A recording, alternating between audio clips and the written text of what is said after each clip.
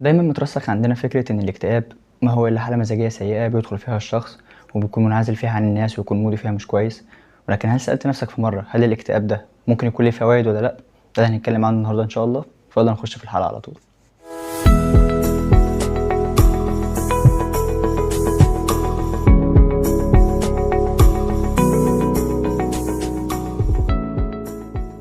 قبل اي حاجه خلينا متفقين ان الاكتئاب بشكل عام بينقسم الى قسمين.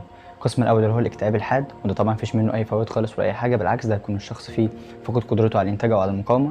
والجزء الثاني اللي هو الاكتئاب البسيط اللي هو ممكن يجي للشخص وبيستمر فتره مش طويله قوي، ولكن بيكون اكتئاب بسيط بسبب مثلا احداث او حاجات معينه حصلت له في حياته. لما نيجي نبص على نسبه فرصه الاصابه بالاكتئاب عند الرجاله والستات، هنلاقي عند الرجاله النسبه بتتراوح من 10 ل 15%، عند الستات بتتراوح من 15 ل 25%.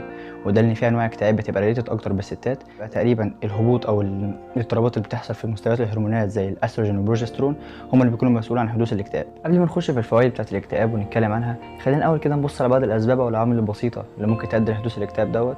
وطبعا اهم عامل فيهم واولهم وهو السوشيال ميديا، ابلكيشنز زي الفيسبوك واتساب انستجرام او اليوتيوب.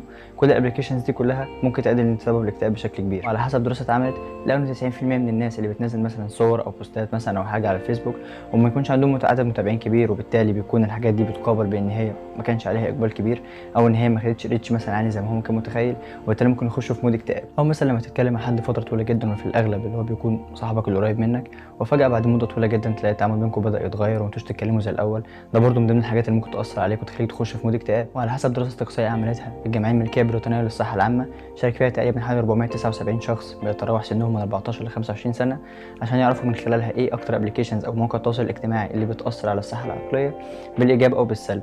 وكانت النتيجه ان الانستجرام كان اكتر موقع تواصل اجتماعي بيأثر على الصحه العقليه بشكل سلبي، ان اليوتيوب كان اكثر تطبيق بيأثر على الصحه العقليه بشكل ايجابي. بغض النظر عن السوشيال ميديا، برضو في بعض الحالات او العوامل اللي برضو ممكن تسبب اصابتك بالاكتئاب، زي برضو حالات الطلاق او فقدان حد عزيز عليك او فقدان الوظيفه، او في بعض الاحيان مثلا لما تكون حاطط هدف قدامك ونفسك توصل له ولكن لا قدر الله ما وصلتلوش.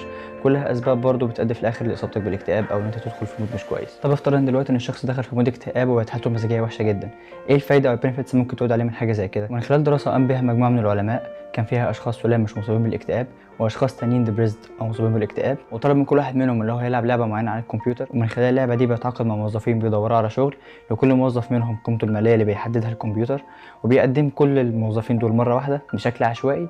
وانت المفروض ان انت بتعمل دراسه او بحث شامل عن الموظفين دول عموما، وبتختار الموظفين اللي هيعودوا عليك باكبر عائد مادي ممكن، لان الطريقه الوحيده في اللعبه دي انك تكسب بيها فلوس انك تختار الموظفين المناسبين. ولما جم العلماء يحللوا النتائج لقوا ان الاشخاص المصابين بالاكتئاب كانت القرارات بتاعتهم او البحث بتاعهم عموما كان شامل اكتر وحققوا ارباح ماديه عاليه، في حين الاشخاص السليمه كانت النتائج بتاعتهم بتدل ان البحث بتاعهم ما كانش شامل بشكل كبير وحققوا ارباح ماديه اقل. وده اللي خلى علماء زي بول اندروز وان تومسون يقولوا ان الاكتئاب بيساعد على تنميه الاناليتيكال ريزونينج، المهارات التحليليه بصفه عامه، وبيساعد برضه في تنميه البريزيستنس او المثابره، ودول من اهم الصفات اللي بتخلينا نواجه الكومبلكس تاسكس او المهام المعقده. وعلى حسب ما قال نشرته مجله سايكولوجيكال ريفيو، قالت ان الشخص المكتئب دايما لما بتواجهه مشاكل في حياته بيكون تعامله معاها بيكون قوي بشكل احسن، وده لان مهاراته التحليليه بتبقى اقوى ونسبه تركيزه عموما بتبقى اعلى. وعلى حسب دراسه قام بها مجموعه من العلماء في جامعه ديوك الامريكيه، لقوا ان الستات اللي عمرهم بيتخطى 65 سنه لما بيصابوا بالاكتئاب ده بيساعدهم على حل المشاكل اللي بتواجههم بشكل احسن، وكمان في بعض الاحيان ممكن دوت يسبب ان عمرهم يبقى اطول. وده بينقلنا لحقيقه ان اقل قرار بتاخده في الوقت اللي انت بتكون مكتئب فيه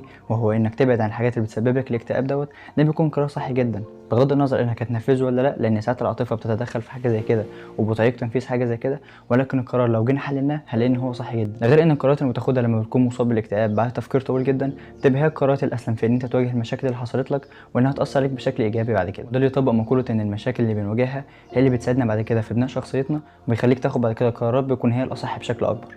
اتمنى ان شاء الله تكون الحلقه عجبتكم وتكونوا استفدتوا منها. متنساش تعمل لايك للحلقه لو عجبتك وشير وسبسكرايب في القناه. اشوفكم ان شاء الله في الحلقه الجايه كتير. مع السلامه.